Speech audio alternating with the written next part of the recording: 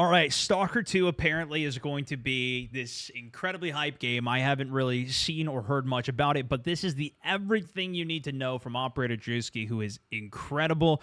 So I thought we'd sit down, watch this, see if it's hype, and if we want to check it out. It's coming out later this week. Game trailer from the Xbox Game Showcase, and it's making a lot of Stalker fans excited as after the years of reasonable delays, this game is finally just under 3 months from release. The door opens to a Tesla anomaly floating by as we get to see insane lighting and foliage detail up close, and then the trailer jumps into the new PDA map with satellite imagery of Vostok, then jumping to a shot of your character lowering his PDA to pick up his SVU bullpup sniper rifle. A power plant cooling tower with a fire NATO anomaly inside, and hey, there's the bear detector. Shooting Psydogs with a shotgun, interior shots of bounced light and buildings, a controller with the original sounds. I mean, come on.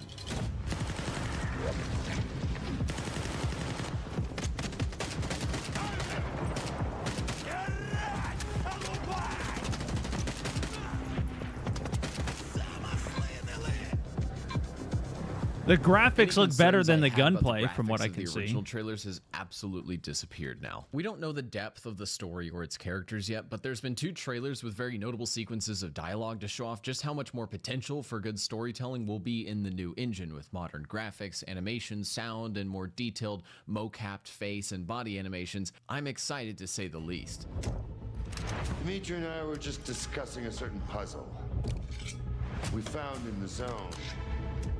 But we can't quite seem to get all the pieces to fit. Maybe you can figure it out. Even the armor of the monolith, the clothing of certain characters like this guy in a Siva suit from another trailer, fits super well into the unique look of the original games and has translated really well to the realistic design we see here in modern day. No more giant boots for our stalkers. Oh, darn, wow. what a shame. Damn, how old is the first Stalker? This looks like an insane improvement.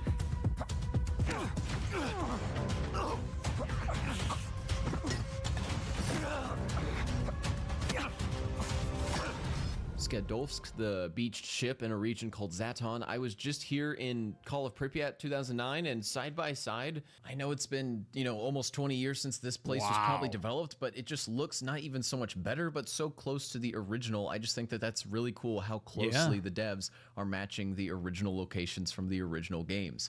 The rest of the trailer goes on to showcase fantastic lighting indoors, urban warfare, and some abandoned factory. Усі ці жертви, усі ці смерті. Який в них сенс?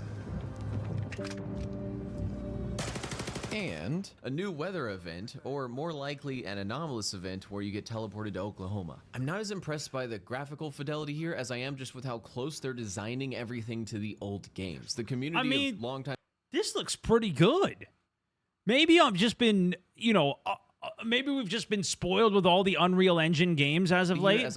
But, look at all the foliage and everything on here. Granted, I think it can look, I'm coming from playing a lot of COD recently, and there's not a lot of great graphics on that because I turn everything all the way down. The campaign was pretty good, how close they're playing everything max setting, but this is a single player, so I'll probably play this cranked up if we do play it as well. To the old games. The community of longtime Stalker fans that have been playing since 2007 have to just love this attention to detail, and I think it's a good sign that the devs wanted to push the idea to us that this is not some wacky remake in an entirely different art style. These are the same guns you used before, locations you fought in, factions, anomalies, and mutants, but remade to modern day standards. I don't know why you'd need a remake, though. The games were so good before, and definitely very...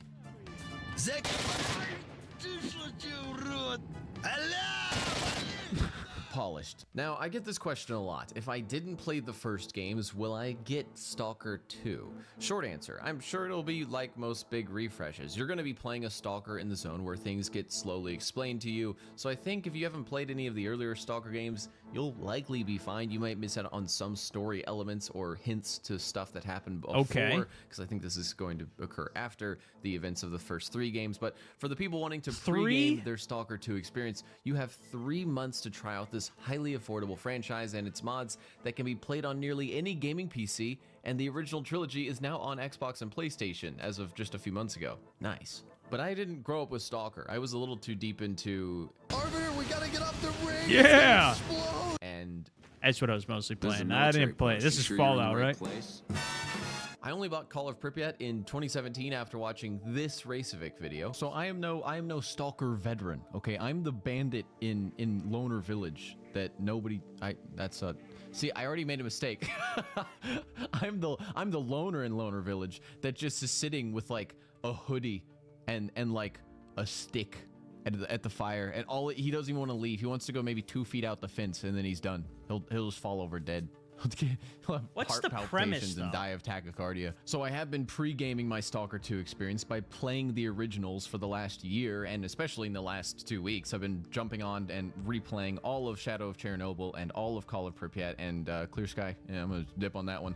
The original 3, not you, are on sale for $5, and $3 right now. That's only $1 more than a new tailgate latch, so that your 2003 Chevy Avalanche's 100-pound tailgate doesn't come slamming down by itself, going 80 on the highway and jump scare the shit out of you. The series comes in 3 flavors, and this is how I'll grossly oversimplify them. The main story, the prologue DLC, and the epilogue.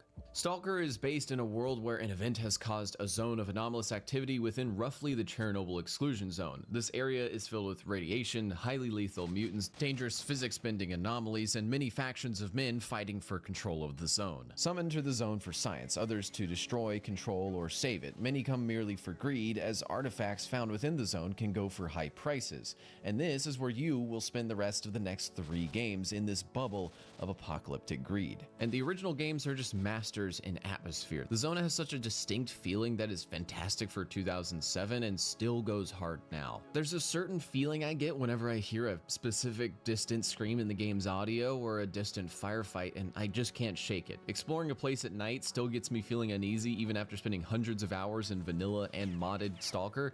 Dynamic time of day and weather can make places feel entirely different based on just when you got there, and raiding a compound during a thunderstorm is just such a cool vibe. There's a feature called A-Life, where AI are simulated both in the 150-ish meters around a player and outside of that 150 in another separate simulation. This makes stalkers out of your line of sight still run simulated patrols, trips in and out of bases, pathing to beds at night and the forests in the morn. In Stalker Anomaly Mod, I'd have to sometimes chase down certain stalkers I needed to assassinate as they kept traveling quickly from one place to the next. I've walked up on a squad I'd met the day before to find that they've been mysteriously murdered and spread across a road. Not a scripted sequence, by the way. This was some unknown enemy that happened to run into their patrol, wiping them out while I was asleep in a different region. But there are massive limitations to Stalker. Most of them are just a mixture of age and how insanely clunky this engine was to apparently work with. The game is buggy. Quests will bug commonly, at least for me. Characters get stuck. You'll play a modded Stalker game the same exact day, and you'll see the same exact bugs.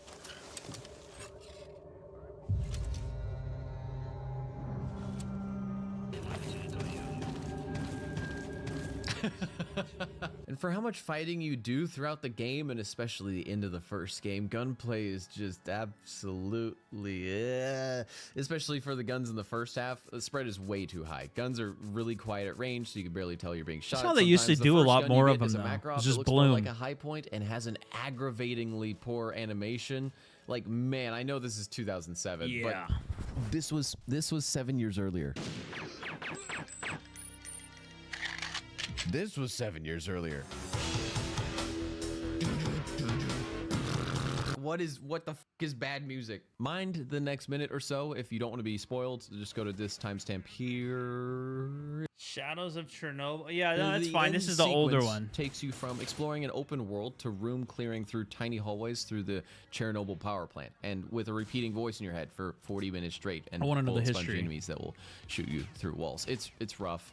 Once you're finally done, though, you get to learn a lot of cool, conclusive things about the zone in this long monologue from this guy. He's from a group of scientists that combine their consciousness together, called the C consciousness, and use the Chernobyl exclusion zone after the events of 1986 as a hiding place to run their experiments in an attempt to change what's called the noosphere. Imagine the noosphere as a giant invisible web that connects everyone's thoughts and feelings, like how the internet connects computers and lets them share data.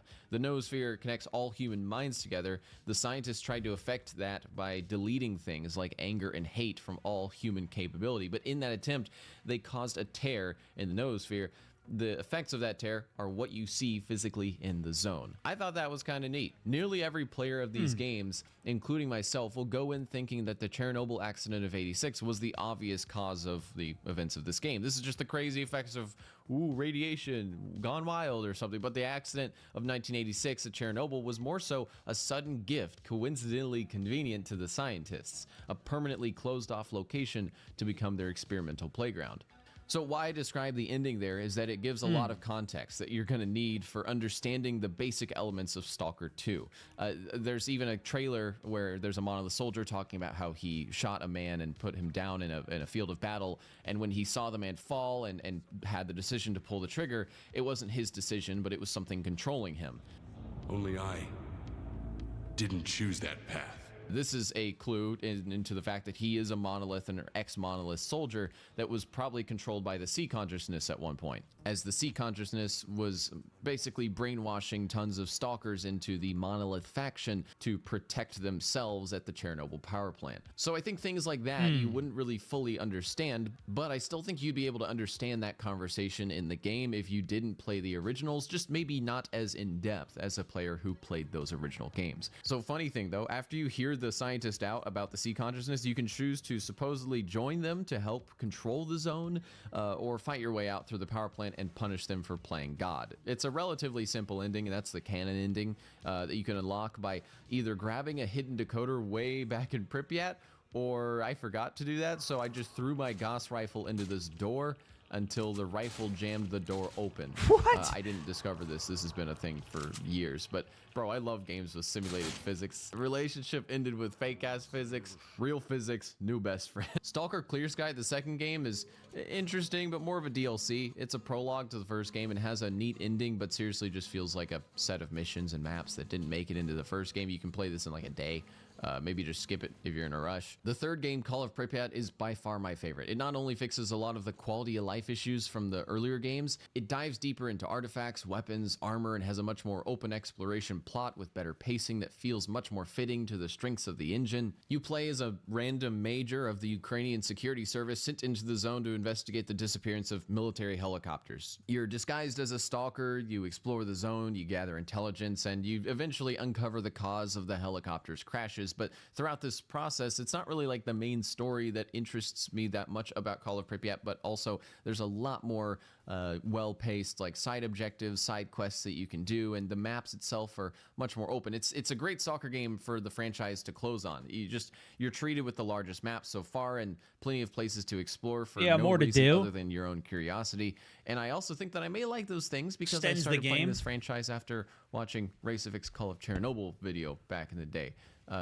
Think Stalker Anomaly, but even earlier and clunkier, which brings me to my next subject. Okay, you're chilling now, right? You're cool? You're cool? We need to get you a better gun, buddy. Do you not have any guns? Oh, I took your guns away from you. Oh no.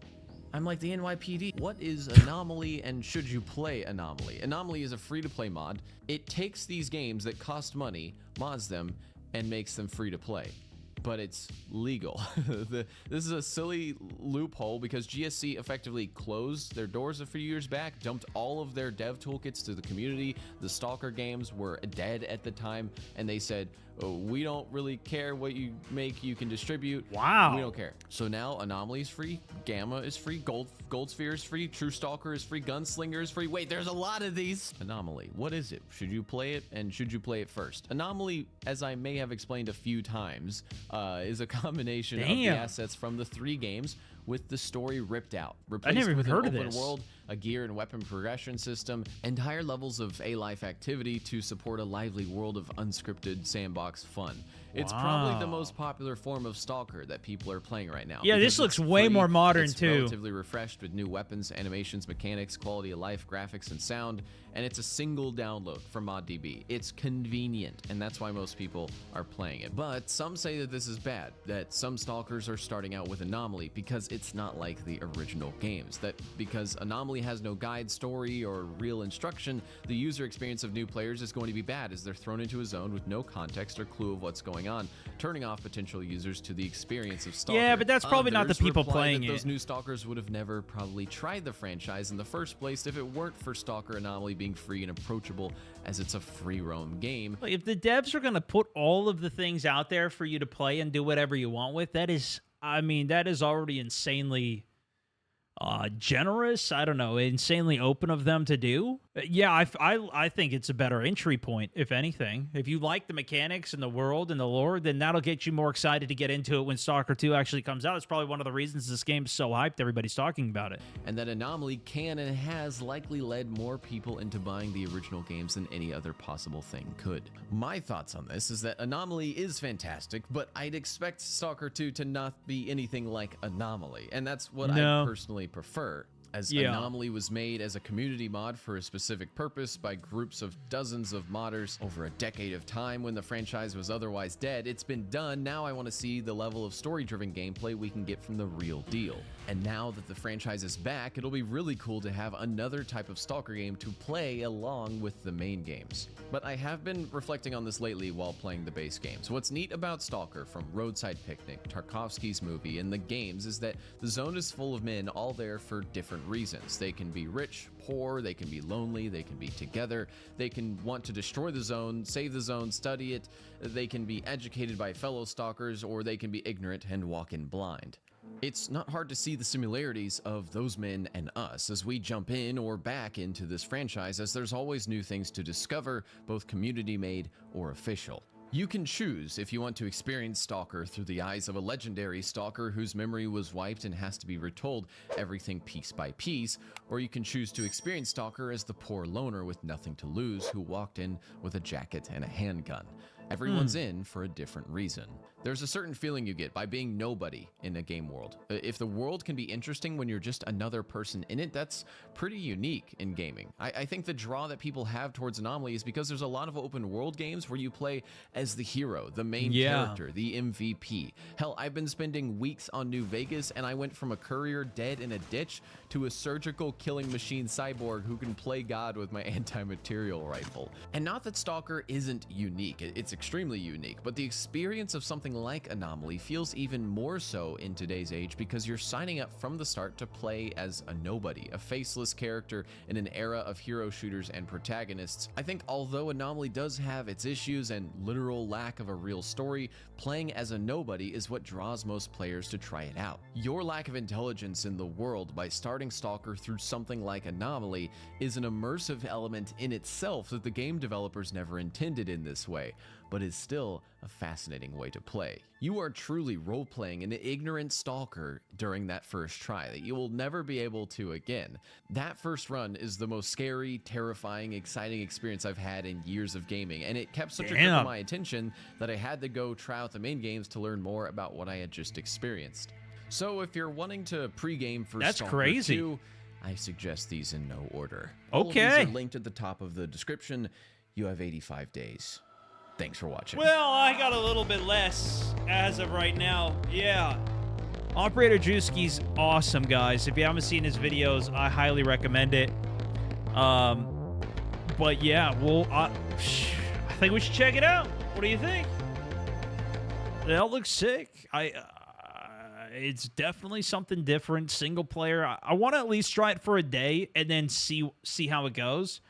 Sorry for the little delayed video. Moving location. The mission in SOC where you had to head into the X-18 for the first time scared the crap out of me. Oh, this might be a scary one. Yeah. People need to expect Stalker 2 to not play like Anomaly, or Gamma, or whatever else is popular. They need to expect it to play like the modern classic games, which sounds like for the best.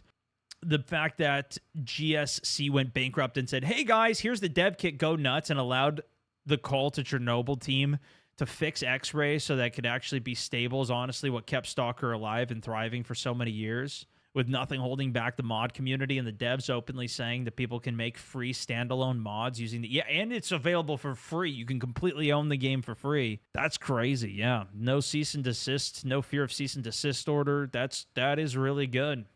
I mean, they made some good decisions. Hopefully it works out good for the game. A lot of people have been saying this might be game of the year, but of course it's almost the end of the year already, so may not have time to actually be out and played and reviewed to include into whatever awards happen or whatever. I don't exactly know how it even works, but we'll see. We'll see.